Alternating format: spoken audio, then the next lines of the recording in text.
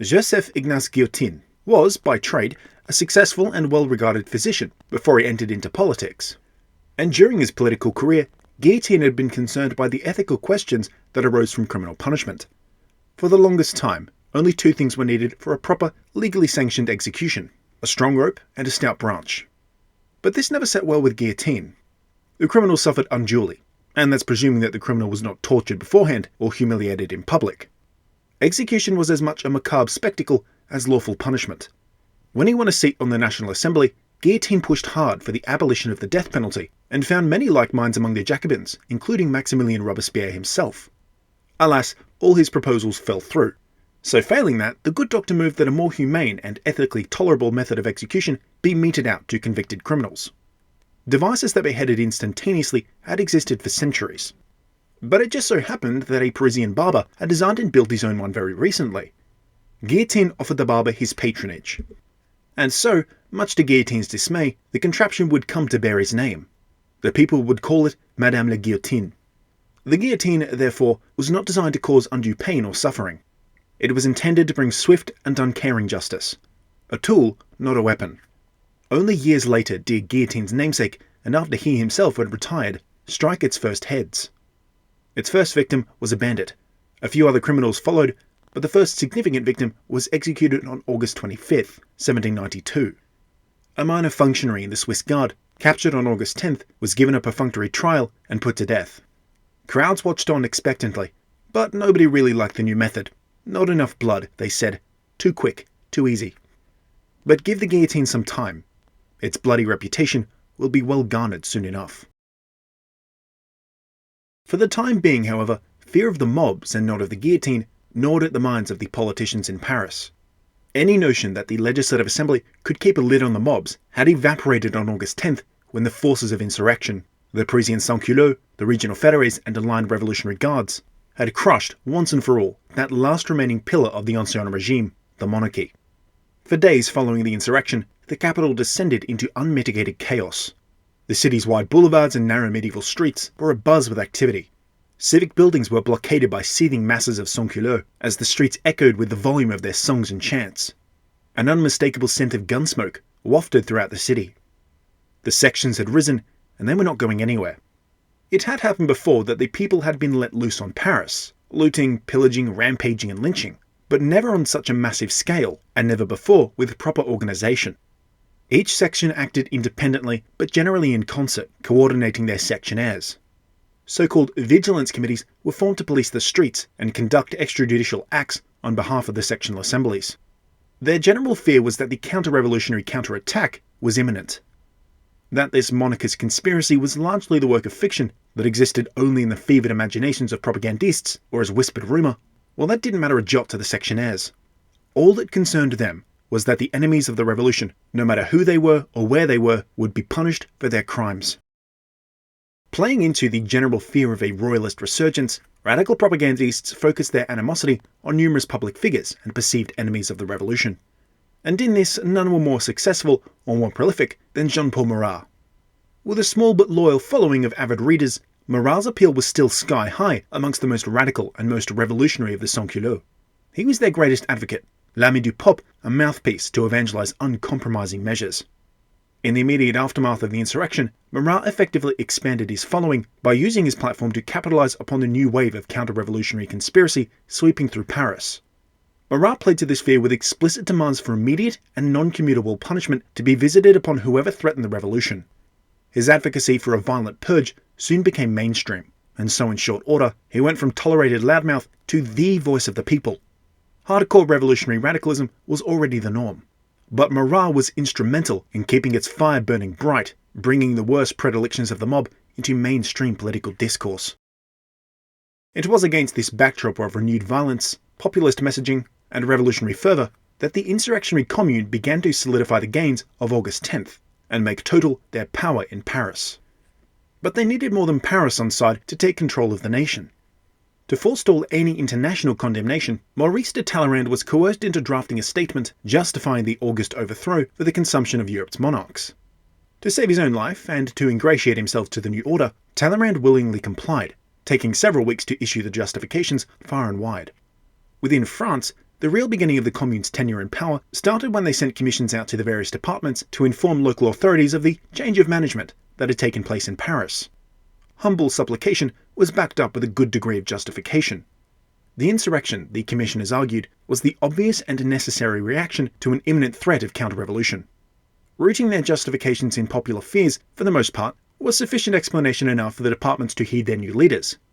Doubts that the Commune was the legitimate government, or misgivings about the fate of the king, were pretty quickly pushed to one side. This is because the commissioners levied threats just as readily as they delivered requests for support.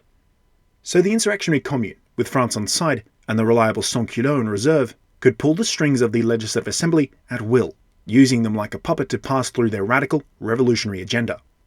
Jacobins within the Assembly conducted the puppet show, directing votes to conclusions predetermined by the Commune.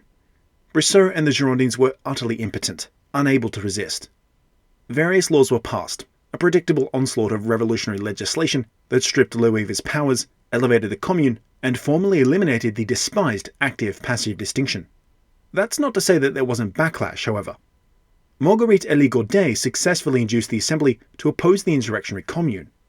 Girondins needed no convincing, and more than a few Jacobins feared what the Commune might get up to now that they had overthrown the king and not disbanded. Godet's call for the Commune to be dissolved passed on August 30th. But with the night to mull things over, and also worrying that the Commune's response might be a bit disproportionate, the ruling was overturned the next day, having never gone into effect. Out on the streets, the Sans-Culottes' blood was boiling hot after Marat's invectives. So giving in, the Ministry of Justice formed the Extraordinary Tribunal on August 17th to judge and punish supposed enemies of the revolution. They would begin with those poor unfortunates who had been unlucky enough to be captured on August 10th. The ministry also enacted laws permitting widespread institutional and systemic persecution of political enemies, and all those lukewarm on revolution. Non-juring priests, too stupid or too proud to leave their convents, were harried, harassed, and denied freedom of travel, only to then be detained on flimsy or non-existent pretext. A new civic oath was even forced upon them, meant to distinguish the true revolutionaries from the faux revolutionaries. Those few aristocratic families who remained in Paris, long since legally stripped of their noble status, were disabused of the notion that this whole revolution thing would blow over when the vigilance committees began rounding them up and depositing them in prison. And it wasn't long before widespread persecution of nobles and priests was emulated in the departments. Regional municipalities were granted sweeping powers to summarily detain perceived threats to the new order. Priests and nobles, yes, but also anybody who had even the remotest connection to the monarchy or the Ancien regime. Heard someone lament the plight of the king? Report them to the Vigilance Committee and watch them disappear. Want a promotion at work and know that your rival was once a proud feuillant? Or grass on that bastard and enjoy a promotion. Political persecution and mutual suspicion. For a while at least, this would be the new normal.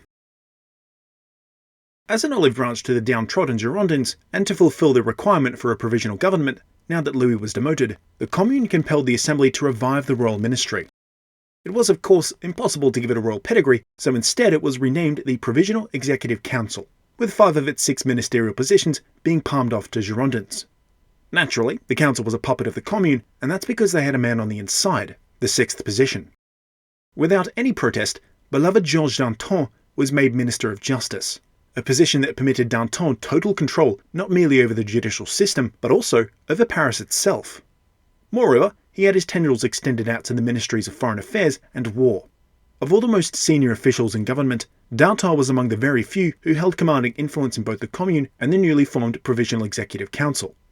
With his only prior experience in government being as a minor official in the Royal Ministry and the Commune, it was quite an ascension for the people's favoured firebrand, was now so superbly situated to dominate French politics for the foreseeable future. 2 trusted compatriots, Camille Desmoulins, and a new figure in our story, Fabre d'Eglantine, were granted secondary appointments in the government at Danton's insistence. Together, his radical triumvirate of populist favourites began the painstaking work of building a penetrative network of spies all throughout France to detect and combat suspected royalist counter-coups. The final organisation they created was called the Committee of Surveillance. An appointment to this committee was granted to Marat as a bone thrown to the people. So I think you can guess that the committee was not going to be gentle to suspected counter-revolutionaries. But by far and away, the most earth-shatteringly consequential development that occurred during the Commune's transition into power came in mid-August. It was now clear to all that the Constitution of 1791 was dead and buried, and that a new constitution was desperately needed. But before it could be drafted, first there had to be a body to draft it. Who would this momentous task fall to? The Legislative Assembly? The Provisional Council? The insurrectionary commune itself? In the end, the Assembly determined that the only equitable solution was to form a new legislative body whose main purpose would be to draft the required constitution. After a vote in favour, it was decided that a national convention would be instituted, fully replacing the Legislative Assembly as the sole executive authority in France. The convention would contain several deputations representing each of the 93 departments, with each deputation consisting of several delegates for a total of 850 seats. Each of the individual deputies would run for election in their departments, the same way they had for both the Legislative and National Assemblies. And that's another point to be made. The self-denying ordinance didn't apply. Prior membership in the National Assembly or the Legislative Assembly did not immediately disqualify a candidate from standing for office as it had before. There was the potential, therefore, for some of the old guard liberal nobles and constitutionalists of the National Assembly to re-enter the mainstream of revolutionary politics. But of course the initiative would be with current delegates of the Legislative Assembly, who were well positioned to make successful bids for election to the convention, having already won an election or two in their home regions. And pretty generally this did pan out in the elections. Most delegates to the Assembly were retained by popular vote for a position in the National Convention. Even monarchists like Godet, Brissot and Vergniaud had no trouble securing re-election. This was in part because voting rights would for the first time in French history be extended to all Frenchmen. This was still French men though, not women. In addition to voting for candidates to the convention, a larger vote would be conducted asking whether or not France should remain as a constitutional monarchy or ditch the king. Essentially, therefore, a national referendum on whether or not to become a republic. As you might expect, to have potentially several million people vote in a general election was an absolutely gargantuan undertaking. Robespierre headed the Electoral Assembly. In the final week or so of August, he organised the electoral colleges and ordered the commissioners out into the departments to spread word of the coming elections. Before moving on, this is a good opportunity to introduce a few newcomers to our story. The one I'll mention first is Lézard Carnot, a name absolutely worth remembering because he will crop up a lot going forward. Born into a decently well-off family in the upper rungs of the middle class, the young Carnot proved a gifted student, studying and excelling in philosophy, languages, science and mathematics. By dint of his talent and connections, he was then enrolled in a military college, and again excelled, graduating with a first-rate education in all aspects of military science. Now, though Carnot graduated in 1773, and thus theoretically in time to serve in the American War of Independence, it was realised early on that he was far better a theoretician and scientist than he would ever be a leader. So following more in the tradition of Vauban than Villars, Carnot advanced all aspects of French military thinking, from fortification to army organisation and even artillery tactics. Some of his writings touched on political subjects, and it was clear that Carnot was more liberal than a typical senior officer of the Royal Army. Upon the outbreak of the Revolution, he jumped at the chance to break out of his field and into the political limelight. It took a while for these efforts to bear fruit. It was only later on, when the Legislative Assembly was formed in late 1791, that Carnot was given an official appointment as a delegate for Burgundy. He spent much of his time in the Assembly championing education reform, predicated upon the idea that education was an essential right. These and other political efforts flatlined, but nonetheless Carnot had earned himself a reputation as an honest and studious politician, and handily won re-election to the National Convention. However, despite his polymath predilections, it was to military matters that Carnot was inevitably drawn, as war raged on French soil. His incredible efforts going forward will earn him recognition as the architect of victory. That's quite enough about Carnot. Next up, Louis-Antoine de Saint-Just. Now, I'll do a more detailed job introducing the fiery young Saint-Just when he becomes more relevant. For now, it suffices to say that after years of trying and years of failing, Saint-Just finally won an election, injecting his particularly transgressive brand of republicanism into the National Convention. Another hardcore Republican was Jacques-Nicolas Billaud-Varenne. Originally from La Rochelle, he spent much of his pre-revolutionary career bouncing around from one profession to another. Things only settled down when he purchased a position as a lawyer to the Paris Parlement, though that didn't last. Billaud-Varenne couldn't help but voice his anti-clerical, radical opinions, running him afoul of the censors. Once the revolution began, Billaud-Varenne found his calling. Though even here he was still somewhat isolated. Upon joining fellow radicals on the far left in 1790, Billaud-Varenne found that he was among the tiny minority including club founder Robespierre, who were Republicans. And certainly, Billaud Varennes was one of the few in all of France who publicly took this stance. This strident republicanism essentially ensured that he was unable to secure election to either the National or the Legislative Assemblies. Doesn't mean he wasn't active though. Billaud Varennes was a key player in the insurrectionary commune, helping to propel the August insurrection. Having rendered such fine service, he would win his election to the convention in September. And we will hear more of Billaud Varennes down the road, I assure you. Long overdue for an introduction is Jacques-Louis David, someone who you are definitely familiar with whether or not you know it. Already you've seen plenty of his paintings, and you'll see plenty more. Throughout his life, David produced hundreds of exquisite neoclassical paintings depicting events from Christian mythology and ancient history. Thankfully, he also produced portraits, events and scenes from his own time, and lived on past the revolution to become the court painter to Napoleon I. But it's his political career that interests us, and it mostly begins with his election to the National Convention. As you would expect, most of his contributions were to prove artistic in nature. I'll go into depth about him and the symbology and art of the revolution as a separate topic. Louis-Michel Lepelletier, the Marquis of Saint-Fargeau, as his title reveals, was an aristocrat, and a particularly wealthy one at that, though he did work day-to-day as a lawyer. Present at the Estates General of 1789, and defending the interests of the nobility against the uppity Third Estate, Lepelletier was among those liberal nobles to change sides almost overnight with his defection to the National Assembly. Therein he joined others such as Robespierre and Dr. Guillotin in advocating for an end to the death penalty, ironic as it would turn out. As per the self-denying decree, Lepelletier was ineligible for re-election to the Legislative Assembly. Lepelletier was ineligible for re-election to the Assembly. But instead of quitting politics or doing what so many other aristocrats were doing and fleeing the country, Lepelletier stayed, becoming a senior administrator in the Department of the Yonne. Popular and unmarred by noble treachery, Lepelletier won an easy election to the National Convention, joining Carnot as one of the foremost proponents of educational reform. Alright, nearly done. Now these next three are important. They'll come up a lot later on, and you'll get a more comprehensive introduction then. For now, let me introduce Bertrand Barrère, Jean-Marie Collot de Herbois, and Paul Barras. Alright, so Bertrand de Barrère was a native of Gascony, and descended from a long line of successful but obscure regional nobility. Nothing particularly marked Barrère out for anything significant until his unlikely election to the Estates General, representing the Second Estate.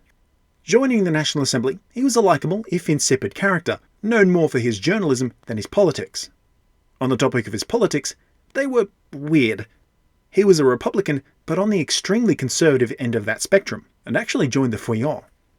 Steadily, his reputation and following grew, and by September 1792, Barrère was elected to the National Convention, member for the Haute-Pyrénées. Standing out from our typical array of lawyers and bureaucrats was Jean-Marie Collot de Herbois. By vocation, Herbois was an actor, and by all accounts a pretty good one too. He travelled Europe extensively and became very worldly. By the time of the Revolution he was back in France and organised many a party for his fellow revolutionaries. Initially a constitutional monarchist, Herbois' views changed with the times, and by 1792 he'd adopted an unremitting republican cadence in his numerous speeches, outings and performances. As such, he was very popular, and found his way into the insurrectionary commune, helping to rally support for the coup. Herbois' election to the convention was basically a foregone conclusion, and literally from day one he wore his republican credentials very proudly, calling for an immediate vote on the abolition of the monarchy. Last but not least, Paul Barras. Had not the revolution come, Paul Barras, Vicomte de Barras, might well have lived the fairly sedentary life of an aristocrat. After spending his early years participating in various conflicts in France's Indian possessions, the Vicomte retired to his home region of the Var, on the Provençal coast. Revolution roused Barras, and he took to local politics, pushing a fairly strident constitutionalist position. Like many nobles who could have fled, but chose not to, he was well regarded, and easily won his election to the National Convention. Just like with Carnot, the convention would come to rely on Barras' military expertise going forward. Other members to the convention who we've already met include the Abbé Grégoire, Godet, Seychelles, Verginaud, Danton, Robespierre, Cambon, Couthon, and the Abbé Sieyès. Now, whilst all these elections were getting underway, news arrived in Paris from the front on August 26th, and it was not good news. The vitally important fort at Longwy had fallen to the advancing Austro-Prussian army. With the capture of this key position, the French defensive strategy was severely compromised. The road to Paris now lay wide open. Only the fort of Verdun remained between the capital and the enemy. So as you might expect, Paris erupted into renewed chaos and frenzy. Confusion reigned as thousands attempted to flee the city, clogging up the streets. Weapons and food were stockpiled, shops closed their doors and shuttered their windows. Propagandists didn't miss out on the action. Hébert, Frémont, and Marat all penned editorials demanding that the prison population of Paris be liquidated for the protection of the city. A pamphlet titled The Treason of Louis Capet, the dethroned Louis XVI that is, made the rounds too, only inflaming the people's violent passions even more. Danton, meanwhile, made an impassioned plea for decisive action to the Legislative Assembly. As the delegates were processing the ill news, he rose to the pulpit and delivered a rousing, impromptu speech. The tocsin bell that will ring will be no mere symbol for alarm. It will sound the charge against the enemies of the nation. To deflect them, gentlemen, we need boldness, and again boldness, and always boldness. And then France will be saved. Danton was right. Decisive action was needed. Initially, the insurrectionary commune moved that the revolutionary leadership vacate Paris. Though some senior officials did take to the idea, for the vast majority, abandoning Paris to the enemy was an outright impossibility. The Girondins asserted that the city's defence ought to become the principal goal of government. Very broadly, their appeal was heard and agreed upon within the halls of power. And it was here that Brissot spied an opportunity, a chance to redeem the Girondins and reassert the faction's influence which had collapsed in the wake of August 10th. Now, the best way to do this was to elevate the Legislative Assembly once more, at the expense of the insurrectionary commune. Brissot argued, quite correctly, that the commune's leadership were not elected to office. If the commune was to keep to its egalitarian precepts, surely their leadership would allow for popular elections to take place. He hoped that public pressure would force the issue should the commune refuse. But public consternation never materialized, nor did the elections. Unperturbed by the protestations of the Girondins, the commune entirely ignored Brissot. Instead, they had the Committee of Surveillance monitor yet another list of suspected counter-revolutionaries, the entire Girondin faction. Wholesale arrests would likely have followed soon thereafter, but fortunately for Brissot, Danton intervened. He was busy preparing the defence after all, and could ill afford a political crisis to go along with a military one. 30,000 able-bodied Parisians were conscripted, and a thorough inventory was taken of all the bullets, muskets and cannons available. Food and water was stockpiled, and the Hall La Blesse, Paris's main grain store, was placed under heavy guard to prevent sabotage or looting. But Danton did not take effective measures for purely patriotic reasons. He did have an ulterior motive. With the extensive powers he had as Minister of Justice, and those far-reaching powers granted by the Assembly, Danton used the opportunity to neutralize literally thousands of potential counter-revolutionaries. Agents of the Committee of Surveillance went from house to house, kicking in doors and cracking skulls. Ostensibly, this was in search of hoarded weapons and food, but in reality, it was done to detain individuals of dubious loyalty. Over 3,000 were arrested from August 28th to September 1st, and it was not long before the city's prisons and guardhouses were stuffed to capacity. Convents and churches had to be temporarily converted into makeshift prisons. Conditions, as you would expect, were absolutely deplorable. Very few guards could be put on duty, so escapes were commonplace. So too was bribery and corruption, as the wardens allowed well-to-do prisoners to largely come and go as they pleased. What exactly was to be done with these prisoners was the source for intense debate within the Committee of Surveillance, made all the worse by the encroachment of the coalition army. Should they be freed? Tried? Relocated? Given the tension on the streets, it was not long before nuanced, thoughtful consideration was thrown out the window. The sans-culottes had tasted blood in the water. Their anger echoed and amplified in the press. Their demands for violent resolution were impossible to ignore. Monarchists and traitors held in captivity could not be permitted to slip the noose of justice. But taking that next step, actually going through with the executions of thousands of prisoners, was not a step to be taken lightly. That was right up until the morning of September 2nd, when frantic reports were delivered to the Assembly stating that a coalition army was in Verdun, about 300 kilometers east of Paris. For the insurrectionary commune, the Assembly and the Provisional Council, the sobering realization that their fortresses were falling one by one, that the enemy was rolling on inexorably miles at a time, hit home right as they were considering just what to do about their prisoners. All of a sudden, the people's demands that they be done away with seemed to be an ideal solution. Sate the bloodlust of the people and get rid of traitors. Danton's tocsin bell was ringing. The time for action had come. But action did not come from the Assembly nor the Commune. They still mulled the question over. The final decision to exterminate the prisoners instead was taken by the sections themselves. That same afternoon, a convoy of 6 open-air wagons containing 20 non-juring priests and their escort were rolling down the Rue Dauphine towards the Abbaye Saint-Germain. They were trailed by a massive crowd of sans-culottes. Without warning, several rushed forth, brandishing weapons. Before the escort could react, swords and bayonets were plunged into the carriages, then drawn away slick with blood. Like fish in a barrel, the priests were utterly helpless. Blood on the cobbles, Parisians joined the frenzy, with even the escorting guardsmen pitching in.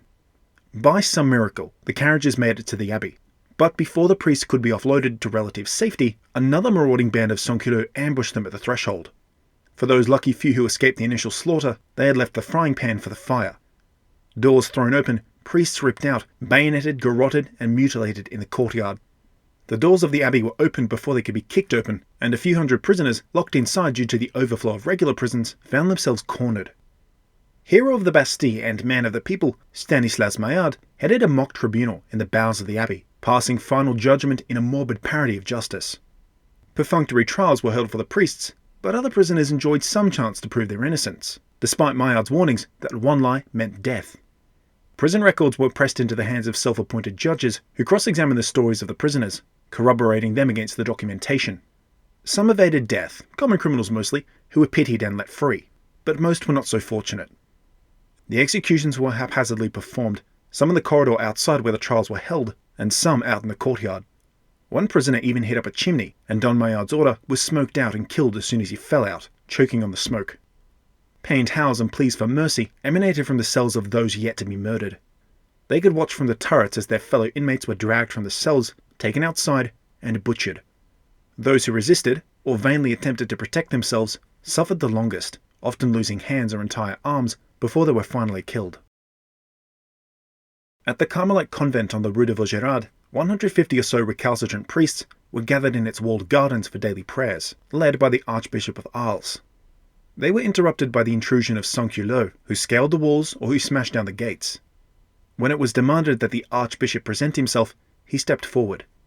The Archbishop entreated the sans-culottes to show mercy, to permit he and his fellows to see a fair trial. But his pleas fell upon deaf ears. From the gathering crowd came a single shot, which struck the Archbishop in the shoulder. Scarcely had he hit the ground before the mob surged forward, impaling the man on a pike. National Guardsmen hearing the shot raced to the scene, and an officer managed to soothe the mob's anger long enough for the priest to be relocated. But it was not long before the mob found where the priests had been moved to, another nearby church. Having seen the Archbishop murdered in cold blood, the priests inside were under no illusions as to what their fates would be. As the barred doors were being caved in by the raging mob, the priests gave each other absolution. Before long they were being held at gunpoint. In small groups, sometimes pairs, they were thrust outside into the church garden and executed. Eventually someone had the idea that the priests were due a trial, so an ad hoc citizens' tribunal was hastily formed. Now, after being taken outside, each priest was asked to recant their oaths to Rome and swear the new civic oath. None did. Every single one of them was killed that afternoon, their bodies unceremoniously disposed of in a dried-up well. La Concierge, located in central Paris and serving as the prison to the Palais de Justice just next door, was invaded by murderous mobs. Held here were hundreds of prisoners awaiting trial, among them several Swiss Guard. Inside the building, the prisoners saw that an angry mob approached, and so attempted to barricade the entrances and exits. But against the onslaught, the barricades were no match for mass, and the sans-culottes flooded inside. Against the walls and in the cells, hundreds were literally butchered, sliced and diced, their bodies, limbs and viscera heaped outside in the Cour des Mailles. As this was going on, dozens of invaders swarmed through the corridors that led to the Palais de Justice.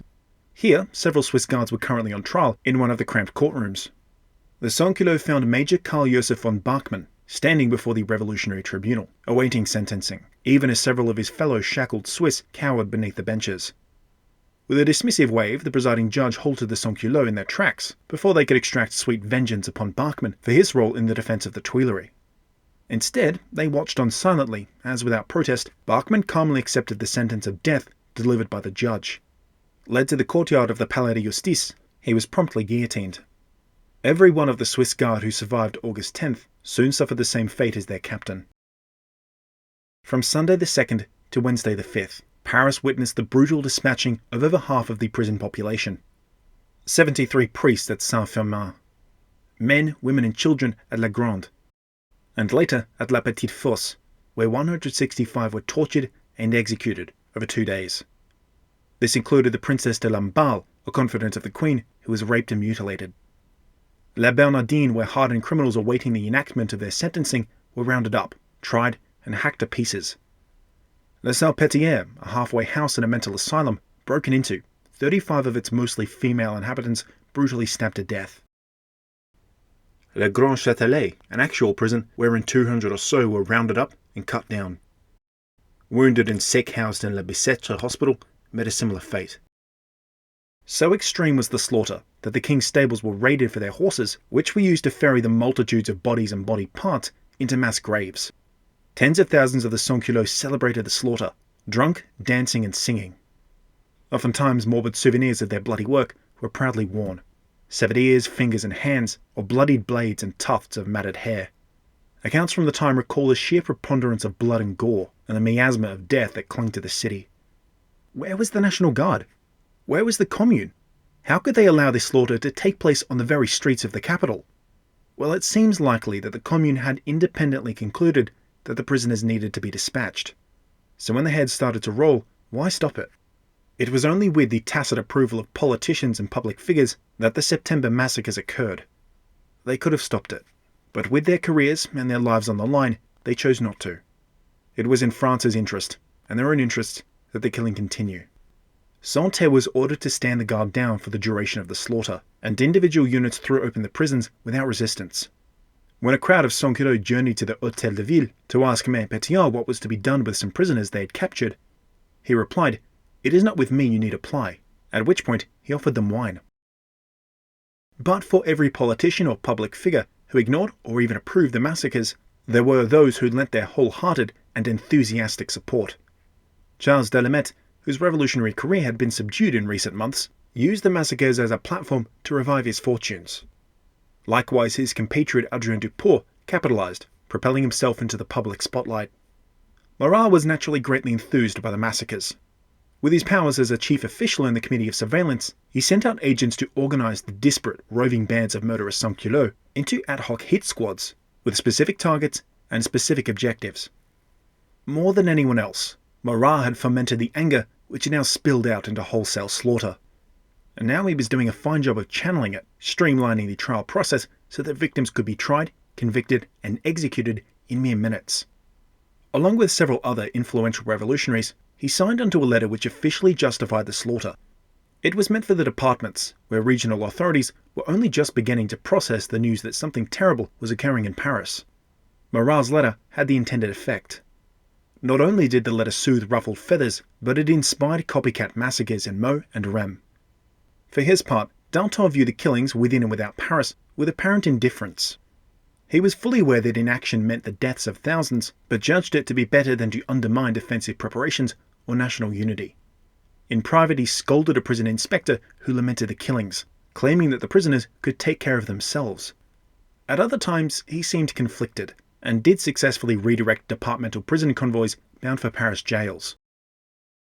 Depictions of the September massacres, in popular recollection, art and histories, paint a picture of wholesale, random, animalistic and indiscriminate slaughter of innocent, hapless victims doomed to suffer the most vicious exactments of revenge. But this misses the truth somewhat. This episode in the Revolution was a dark one, absolutely, but it was not the unrestrained blood frenzy it's sometimes made out to be. For the most part, the massacres were systematic, deliberate, and fairly well organized. Those who were killed were, for the most part, singled out as specific targets for slaughter: priests, nobles, hardened criminals, counter-revolutionaries, monarchists, and traitors.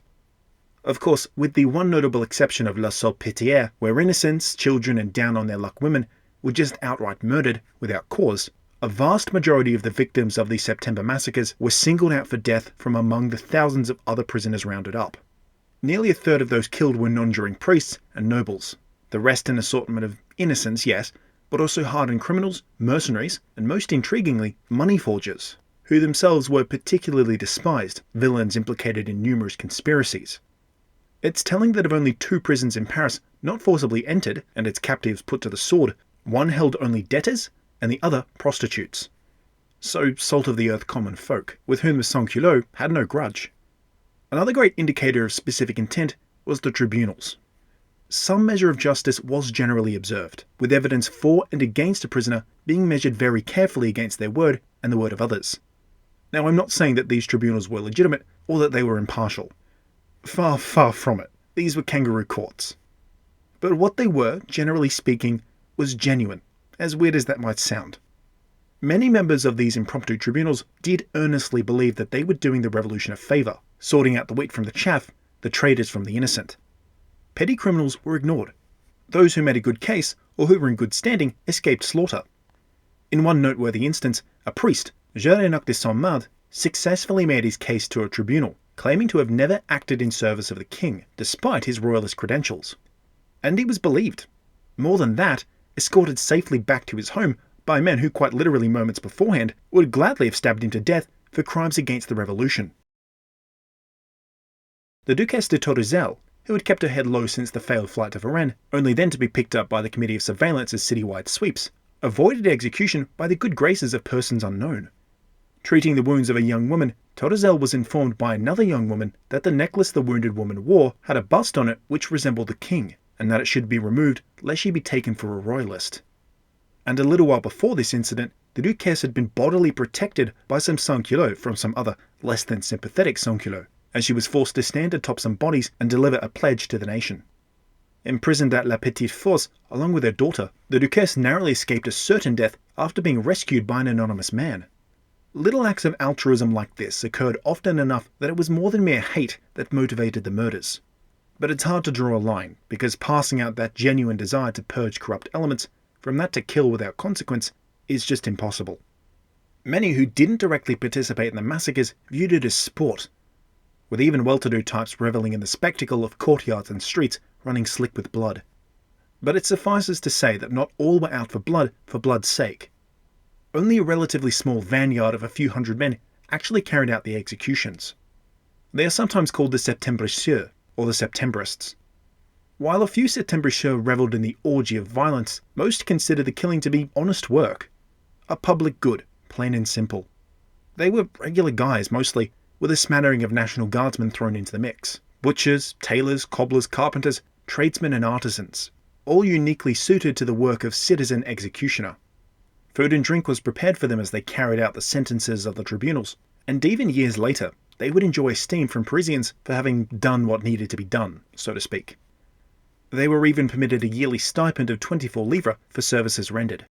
All that said, a whole lot of sans-culottes did just want to see blood spilt. Drunkenness was a running theme. The tribunals, the executioners, and half the city, it seems, were plastered most of the time. Wine and liquor merchants were forced to hand out their wares on promises of payment from the commune. Alcohol mixed with gunpowder was a favourite.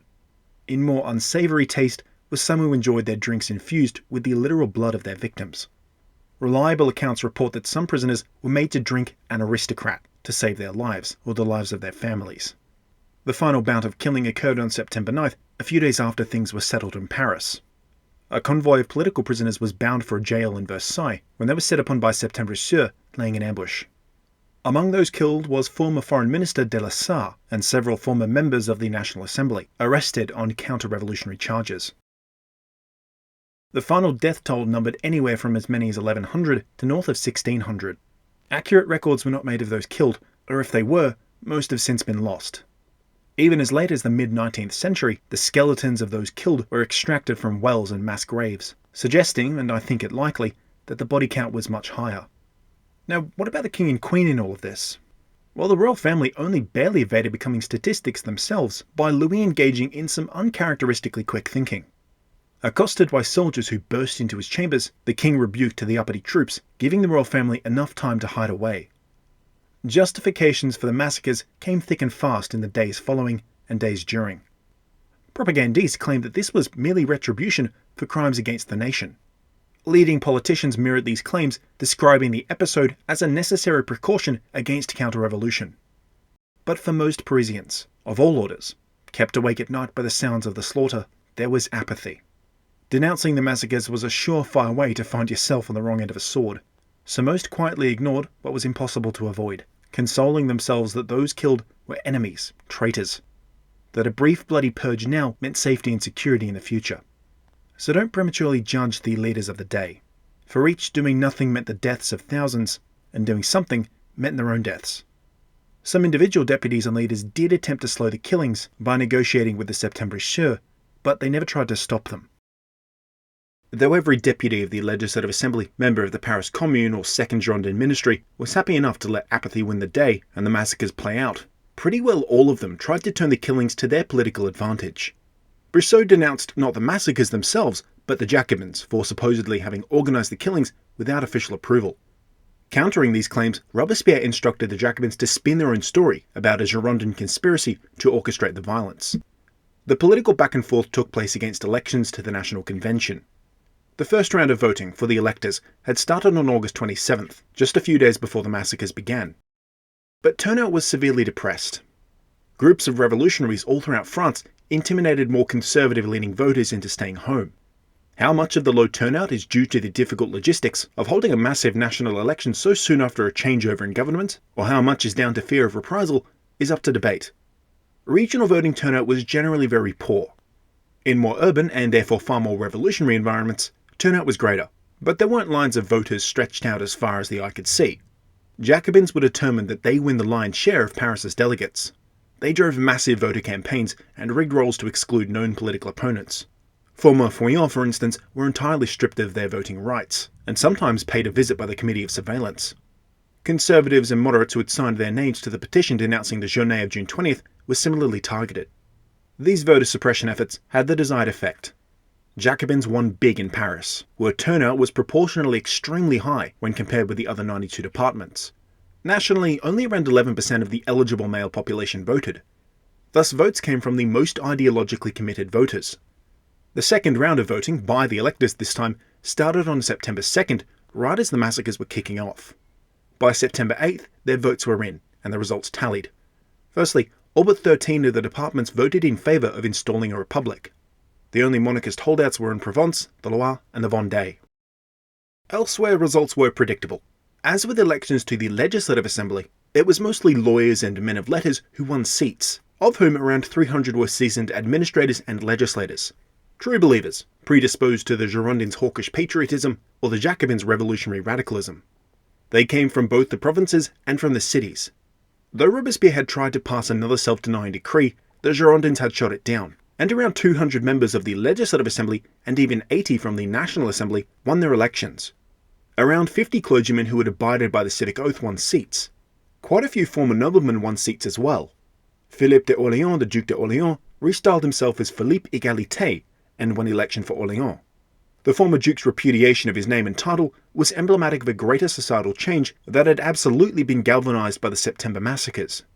Symbols and trappings of class and station, anything that the Committee of Surveillance or the Sans-Culottes could use to single you out as being a part of the Ancien Regime, things like powdered wigs, coiffures, jewellery, umbrellas, well, they were eschewed in favour of new, revolutionary symbols. These symbols of the revolution had become mainstream for all orders. The simple, carelessly worn garb of the sans-culottes was favoured, and Frisian caps worn proudly. Mementos of the revolution's greatest episodes and their heroes were displayed openly, with fans being a particular favourite. Parisian society delivered a final sartorial repudiation of the Ancien Regime. But even with all the fanfare, as delegates for the National Convention filed into Paris, the atmosphere was tense. Brunswick was on the verge of watering his horses in the Seine. If Paris fell, the revolution would be over. This was not the first time that Paris had been under threat from invading armies. An Umayyad army had been intercepted and resoundingly defeated at Tours in 732, before they could presumably have reached the Frankish capital. A little over 100 years later, a huge Viking host raided Paris, destroying the army of King Charles the Bald and fleeing with more than 2 tons of gold and silver. Another Viking chieftain, Rollo, attacked again in 885, only to be defeated and convinced to settle in Normandy. His ancestors would become the kings of England, but retain their ancestral claims to Normandy, Gascony, and most of western France.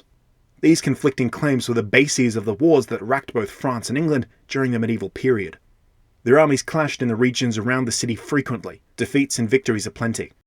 In 1429, Joan of Arc and Charles VII led an army in an assault on Paris, the capital having fallen to the English invaders. During the Wars of Religion, Paris was besieged by Henry IV. Over the next few hundred years, disgruntled noblemen raised armies and besieged the capital. This was especially the case during the Fronde, when these massive armies assailed the walls of the city. It would happen again after the Revolution, in 1814 and 1815, during the revolutions of 1830, 32, and 48, later on in 1871 during the brief but bitter Franco-Prussian War. And then of course in the 20th century, Paris nearly fell during the First World War and did fall during the Second. For now though, in September of 1792, Paris was once again under direct threat. A little over 200 miles east of Paris was a sleepy little town called Vimy. Its rolling hills and fertile farmland, situated in a nook in the Seine, made it a productive agricultural region. The French army that marched out to check the Duke of Brunswick's advance was quite a bit different from the Royal Army that had come before it. I've mostly focused on the economic, social and political developments that the revolution had thus far wrought. But these changes had a profound impact on the organisation, leadership and doctrine of the army. To understand these changes, it's necessary to have a good grip on just what typical 18th century warfare looked like. Okay, so by the 18th century, we're mostly past wars between kings and rulers. Wars are waged between sovereign states. Large, professional standing armies were the norm for all major European powers, augmented where necessary with levies drawn from the peasantry and occasionally mercenaries or irregular native forces. Maintaining professional armies was expensive, really expensive. Feeding, clothing, equipping, housing, supplying, and paying an army drained funds rapidly. So in times of peace, armies were stood down. When war broke out, they mustered, organised, and then marched on. As the state had invested a great deal of toil and treasure in building and maintaining the army, generals of the 18th century tended to fight fairly conservatively, hoping to gain the advantage over their enemy by clever manoeuvres or deft tricks. Open battles were rare, but when they did occur, they were incredibly bloody. Open field battles or sieges were a flurry of activity, and to an eyewitness it would have seemed like absolute chaos. Smoke obscuring all vision, combined with the lack of instantaneous communication, made careful planning prior to a battle completely necessary. That these plans tended to fall apart with the first shots fired was an afterthought. Generally speaking, the side that routed the enemy or held the field was considered the victor. But even the most lopsided victories demanded a heavy sacrifice in blood. The men doing this sacrifice were considered scum of the earth. Vagabonds, rapists, murderers, debtors, thieves, poachers. Those men who willingly joined the army had either fallen on very hard times or faced a noose if they didn't. Some only joined for the daily rum or beer ration. They spent most of their time coasting along, doing the barest minimum, happy to take the king's shilling, but not to work for it. What salary was earned was spent on purchasing and maintaining clothing, or wasted gambling, whoring and drinking. As you might expect, such men were not held in high regard. Nowadays we have a notion that military service is noble, upright, but it was not so back in the 18th century. Hell, in Paris before the revolution, public parks excluded both prostitutes and soldiers. Desertion too was a perennial problem, so much so that armies marched and encamped with a protective picket of light infantry to catch would-be deserters. The only way to keep an army made of these types of men in line was through strict, unwavering discipline. Corporal punishment, docking of pay and demotion for even the slightest infractions was the norm. For major crimes such as desertion or dereliction, the guilty were typically executed. Regular pay and regular meals were enough to keep a man enlisted, but discipline formed him into a soldier. Most of what I've described applies to regular units, but there were elite units too, which unlike their regular counterparts were pretty well regarded. Typically, these elite units were esteemed not only among the army, but among the public. The rank-and-file men were sometimes drawn from their regular army or recruited from the upper rungs of the middle and lower classes, second and third sons of merchants and artisans for example. Oftentimes elite units had earned their status on the battlefield, or had been imbued with their pedigree by admirable performance. Most elite infantry units of this era were grenadiers. The men were often selected for their height and their size, and also because they looked great on parade. Specialist light infantry and cavalry units were also generally elite, and they actually deserved the name, favouring men of initiative and intellect over sheer brawn. Quite unlike the rank and file, officers were drawn almost entirely from the nobility. The old feudal role of nobles as knights was not forgotten, and many were instructed in the art of war from a young age. The actual quality of these officers varied dramatically. As a nobleman, you likely had the funds to buy the commission you wanted, colonel, lieutenant, captain, whatever it was. The barrier to entry was not skill, but funds. Many simply donned a uniform for its social or political value. Of course, most officers were not incompetent, just merely adequate.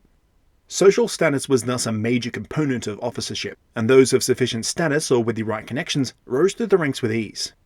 Those chivalric ideals of knightly honour and respect were still extant even in the 18th century, and officers were expected to adhere to strict etiquette, refraining from even conferring directly with the common soldiers.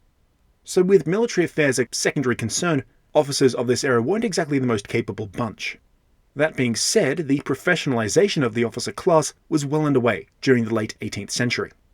As the rigors of command grew and military theory developed, demands made of officers increased. A standard noble education didn't produce officers up to snuff. To this end, military academies and schools had started cropping up across Europe, and France arguably had the best. These schools were in some cases open to the bourgeoisie. Middle-class officers usually lacked the funds to outright buy their high rank, and so usually entered service as a junior officer, a lieutenant. In some cases, they might even be elevated to officer status from the ranks, though this was exceptionally rare. Lacking connections or pedigree, these officers relied upon their skill. Military life was a career for them, not a sideshow. They centered their lives around drilling, marching, and fighting. And with their first-rate education, many wrote prolifically on their thoughts and experiences.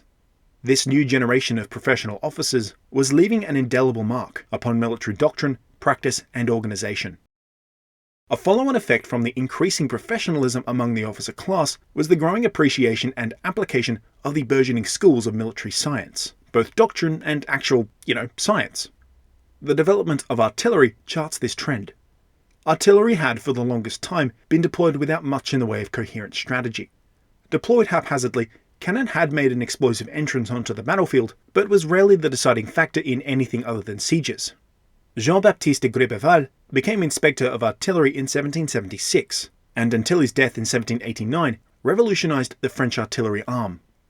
He instituted the so-called Gribeval system, which made two major breakthroughs. The first was standardization. As it was, cannons were crafted in an almost artisanal manner. Rarely did they use consistent calibers or materials and could not be produced in large quantities. This made them exceptionally expensive, and thus they were often used sparingly. Again, this goes some way to explain why they weren't a deciding factor in most battles. Gribeval rationalized the manufacturing and procurement of cannon, and soon foundries were churning out well-made pieces of standardized quality and caliber. Better cannons necessitated better cannoneers, leading into the next advancement, military science. Lézard Carnot was at the center of this revolution. As we've seen, Carnot was a mathematician by training, and he penned several influential papers on the application of mathematics to fortifications and artillery. Now think about it. Calculating the trajectory of shot, or the amount of ammunition needed on a campaign, the thickness of a wall based only upon its height, these things required considerable mathematical talent. The pool of officers with this talent was the bourgeois officer class, scientifically trained and well-versed in modern military thought. As the revolution got going and the army and navy were denuded of noble officers, these younger professional officers came to the fore. For the first time, they would be able to put theory into practice. But the men they led into battle were not so professional, not by a long shot. That being said, these were not those scum-of-the-earth types still the mainstay of contemporary European armies. Rather, the men of the French Revolutionary Army at the outbreak of war were a different breed entirely. A new type of soldier familiar to us today. They were citizen soldiers, men who enlisted not out of desperation, but out of a sense of duty and patriotism.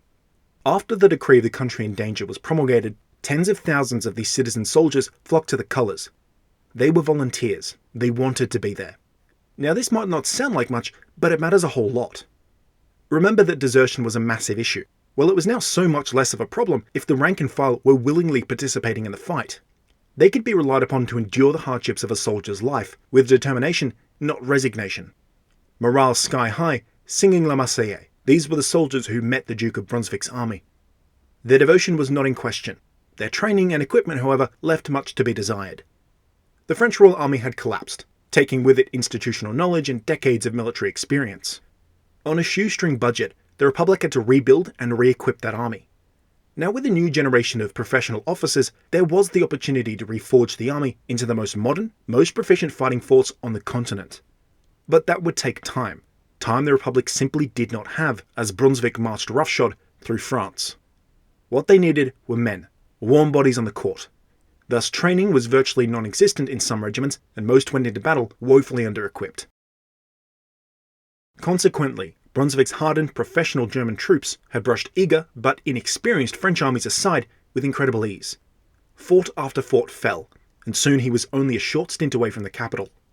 Now we've seen the political chaos that ensued, but it also had a devastating effect upon the Army of the North. Since the declaration of war in April, the Army of the North had played musical chairs with their commanders. Hero of the American War Jean-Baptiste Rochambeau had tangled with Brunswick earlier in the year, but failed to whip his army into shape and so was dealt some stinging defeats. Disgraced, and not at all sold on the revolution, he resigned, yielding command to Nicholas Luckner.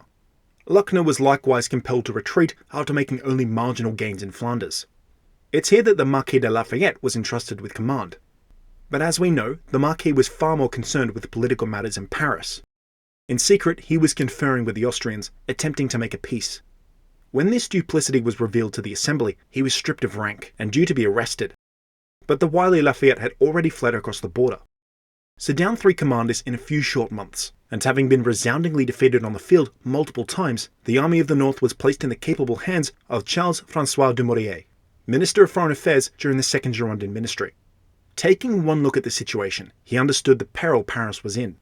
To that end, he cut short advances on the Austrian Netherlands and ordered the Army of the Centre, under the command of François-Christophe de Kellermann, to link up with his army in the north. But before they could link up, Verdun fell to the advancing Austrians on September 2nd. The way to Paris seemed clear. Fortunately for the French, however, unusually severe thunderstorms racked Brunswick's army, slowing his advance. This gave Kellermann and Dumouriez the time they needed to link up. French troops, highly motivated and not prone to desertion, could advance significantly farther than their enemy, and in less time. It also helped that they knew the country and could count upon support from the local populace. In a series of deft maneuvers, the Revolutionary Army stole up behind Brunswick's rear, severing their line of supply and communications. Bogged down by mud, and his army afflicted by a bout of dysentery, Brunswick about-faced, looking east, where Kellermann and Dumouriez lay in wait. Brunswick advanced quickly, using his best troops, the Prussians, to cut off Dumouriez from Kellermann. Yet as the Prussians advanced, they found their left flank dangerously exposed as Kellermann made his own rapid advance. On September 20th, he occupied a long, elevated ridgeline. As he drew up his troops, Kellermann destroyed the single large windmill atop the ridgeline, knowing that it would attract enemy fire. In all, he had around 30,000 troops, mostly line regiments, arrayed in a wide, thin front. Before them went the 40 pieces of artillery which he set up overlooking the verdant farmland below. Each battery commander checked the ranges and let out a smile. They had a perfect line of sight. Kellermann couldn't have picked a better spot. Brunswick diverted some 34,000 troops away from Dumouriez to attack Kellermann, and in so doing, they exited the relative safety of the Argonne forest and strayed right into range of the French batteries. Firing staggered like a rolling peal of thunder, shots found their marks amidst the 50 or so Austro-Prussian batteries that had been drawn up in a hurry. This artillery duel, a hallmark of 18th century battles, decidedly favoured the French. Nonetheless, Brunswick was not deterred, and ordered an assault made over open ground. As his troops advanced in long marching columns, they were raked by vicious cannon fire. Disoriented and disorganised from constant bombardment, the Austro-Prussian lines drew up tentatively, somewhat out of order. Through his spyglass, Kellermann interpreted their caution as timidity.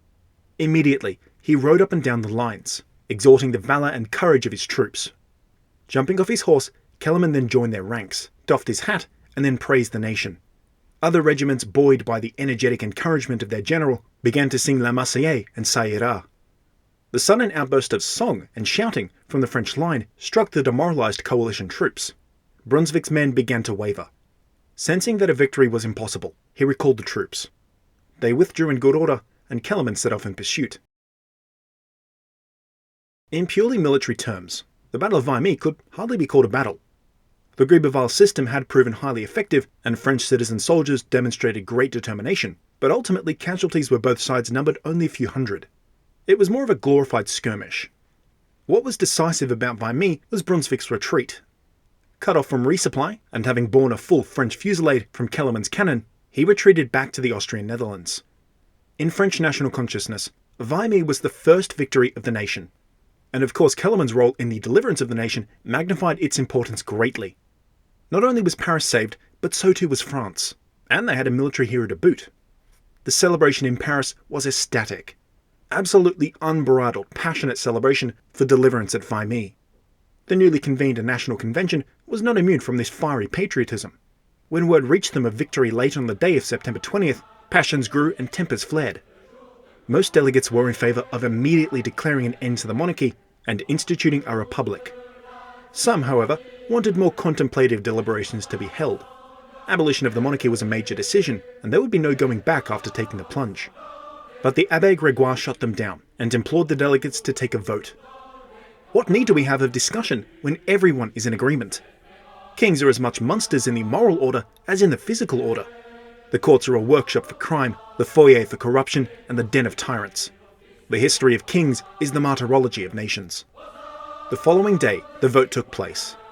Every delegate in the National Convention voted in favour of the proclamation of the abolition of the monarchy. The proclamation confirmed what had already been known since August. France had no king. With victory at Valmy, to the drumbeat of war, and in the flames of popular upheaval, the French Republic had been born.